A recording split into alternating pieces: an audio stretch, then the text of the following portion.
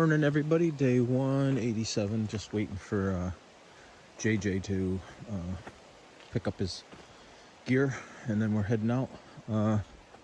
We were able to stealth camp here just over a bridge. You can see the blaze over there on the rock. Trail keeps going north that way, but we stayed here after 19 miles yesterday, so it was a hard day because when we got here it was 4 o'clock, so we did 19 miles by actually 3:30, and then it just started to absolutely pour, and it poured from 4 o'clock until about 1 a.m. this morning, when it finally did dissipate. But anyways, we've got 17 to Abol Bridge, which is going to be very similar to this one, and then sign up for the Birches campsite, which is the one at Katahdin Campgrounds, and then Summit the following day. Hope you can see the colors on the leaves here starting to really change, and you can see the fog over what is a lake down there, lifting up over that mountain. So all right, as always, as I get views today, I'll share. Really excited to be here. Weather is overcast, but 60-ish degrees, which is good for hiking. Couldn't stand to put my wet clothes on today, so I decided that I would wear my dry pants in hopes that we can do laundry at the campground. I know it's advertised that you can do laundry there and get a shower. Even if you don't stay, you can pay for a shower. So, and I'm willing to pay. All right, got to get rolling. Okay, as we're making our way out of our campsite today, we're coming up to this pretty little stream that's feeding that lake. One of many that feeds that lake. But wow, hope you can hear that water. It's beautiful, exciting. All right, gotta get rolling. Yeah, look how pretty this is. Look how those rocks form a trough. Be a great swimming hole. Those bubbles soothe these sore legs. Anyways, just so blessed to get to see all this. Just walk past it. All right, gotta keep rolling. Here's a little more close-up taste of that river or creek that we're following out in the water. Just beautiful.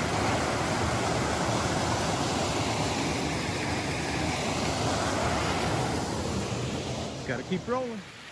Okay, we're at the Rainbow Stream Lean-To, and we're headed north to Abol, and you can see Tom fording the stream, doing a little rock hopping this morning. Absolutely beautiful. We've been following this stream the whole way. All right, my turn. Gotta put the phone away. Gotta get rolling. Just another example of a pretty little lake that's feeding that stream down below. Mountain. Steam coming up. Just beautiful. All right, gotta get rolling. Well, we're walking toward Rainbow Ledges, but this is the kind of forest that is really my favorite. It's lodgepole pines with the floor just covered with moss, and it's just beautiful. All right, when we make Rainbow Ledges, rumor has it we have cell service. We'll see. The other thing that we'll get a chance to do is dry out some of our stuff, hopefully on top of the ledge. But even more important, we'll be inside of 7 miles for the rest of the day, which is amazing because we're banging out the miles in the morning, and we can get to Abol, get some real food. All right, gotta get rolling. We're climbing up to Rainbow Ledges, where there's supposed to be a view of Mount Katahdin. and haven't seen it yet, but we're not there yet. So, but it is beautiful up here. Weather's perfect. It's a September day, cool, crisp, and sunny, clear. We're hopeful that we'll get some weather for our summit day, but it's not looking great as far as the weatherman. But we're hopeful. All right, when I get to the actual ledges, I'll share. Got to get rolling. Okay, so this is a 12-mile point of sight view of Mount Katahdin, and we're at the Rainbow Ledges, and it's just awe-inspiring to look at it from here, thinking that in 2 days I'll be on top of that and my journey will be over. 2,193.3 miles. Been a great experience, one I'll remember forever, but not sure I'm going to do it again. All right, gotta get rolling. Afternoon, everybody, and headed toward Abol Bridge. It was advertised to all be downhill, but it isn't.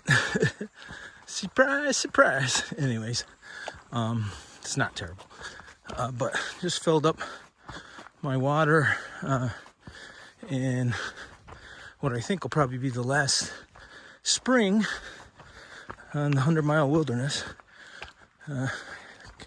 Keep checking off things that I can't believe I've done, and completing the 100-mile wilderness here in about 6.5 days, or 5.5 days, really. Excuse me. It just blows my mind. So, anyways, we're gonna get to Abol Bridge. First thing we'll do is go to the store, grab something to eat and drink. Then we're gonna check on campsite for the night, and then with any luck we'll pay for a shower and do laundry. One of the things that's a little upsetting to me is that the end of this hike is turned into a little bit of a, I don't know, a race.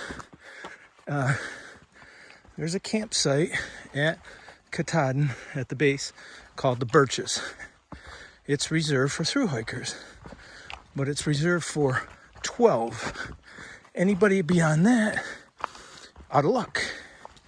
And you've either got to hike in from outside the, outside the park, from Abol or someplace like that, or you've got to go into town and get a shuttle in the next morning, and all sorts of things. And it's a little, I don't know, upsetting that I'm looking around 360 degrees of wilderness, and at the end of it, at a huge, beautiful park, they couldn't find more than space for 12 hikers. There's what we call a bubble out here. I happen to be, I believe, at the tip of the bubble right now. But what the game I have to play is that tomorrow morning I have to decide how early to get up, because a line forms outside the ranger station when they open at 7. And everybody knows what I know, that if you're not one of the 12, you're out of luck.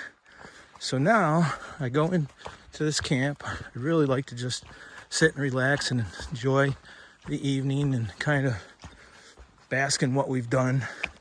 Instead, I'm thinking I've got to get up at like 3 a.m., hike 7/10 of a mile over to a ranger station, stand out in the cold and the dark, and wait for them to get there at 7 and take my place in line, which will hopefully be one of the 12. Because if it's not, we don't really have a plan. There's not a lot of options.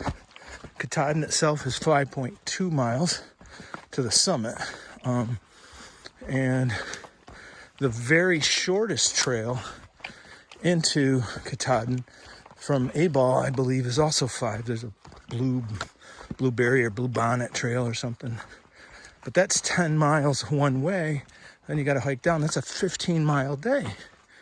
And any other day, that'd be, okay, we can do 15, but you're going to summit one of the 2 biggest mountains on the whole trail, or 3 biggest, I guess. And you got to come from so far. So anyways, that's my rant for the day. Just doesn't seem, I don't know, if you put in this kind of mileage, I guess fair is the word I'm thinking. It's probably not appropriate, but just doesn't seem right, especially when I'm walking through endless miles of wilderness where, you know, I could throw my tent down anywhere I'd like. Anyways, enough ranting. It's too beautiful here, too nice out, and too cool of a trip to ruin at the end with the details of trying to sign up to Summit. But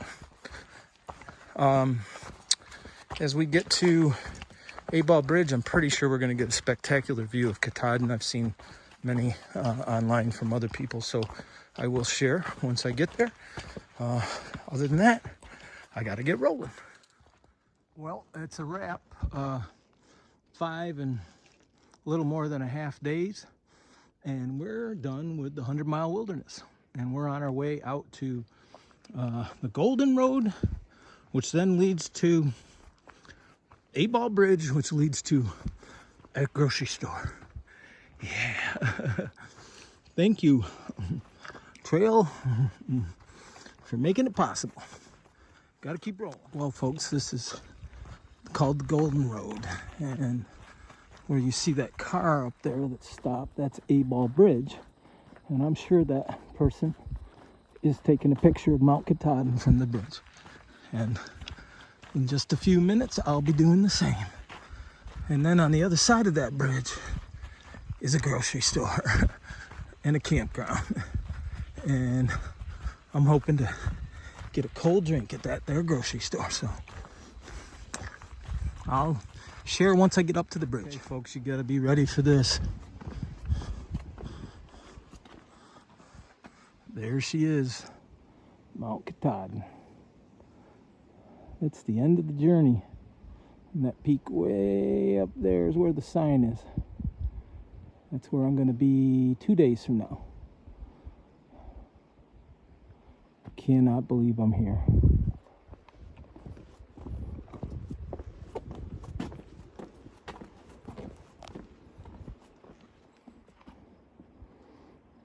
Awesome. Okay, unbelievably, this is my campsite right there's my tent. There's JJ. You got Skywalker here, got Mudfoot over there, and you got Katahdin in the backyard. And we might not even hike. We might just chill. Where is this? Skywalker saying we might not hike, we're just gonna chill. But we're talking about the politics of this place. You gotta sign up. There's only 12 places at the Birches, and people are talking about getting up at crazy hours to get in line. And then it's only the first 12 people, and you got to have a blue pass and a yellow pass and all sorts of stuff. But if it gets any prettier than this, at least on the Appalachian Trail, I haven't seen it. Mount Katahdin in the background, Katahdin Creek here, and a campsite that's like right on the beach, looking right at it. Can't believe we got it. All right. Got to get rolling. Hey everybody, day 187 on the AT, and this fine gentleman across from me is Legs, and Legs is one of the few people that we've run into that is completing his Triple Crown. Now, a Triple Crown is what, Legs? Completing all 3 long-distance hiking trails. So what are they?